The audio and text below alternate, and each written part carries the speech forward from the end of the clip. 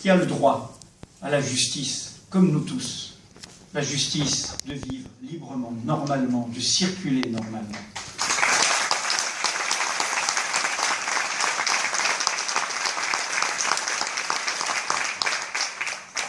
Et tant que cette justice, le monde, la communauté internationale, nos gouvernants ne feront pas en sorte qu'elle soit là,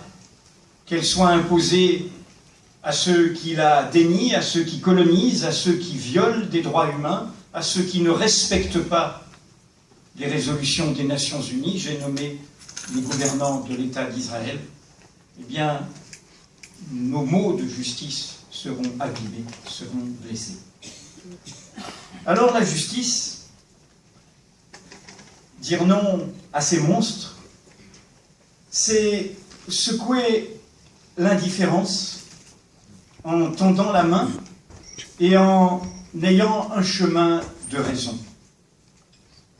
C'est l'autre nom que je voudrais citer, ce livre lui est dédié, il est là au premier rang. J'ai dédié ce livre à Edgar Morin,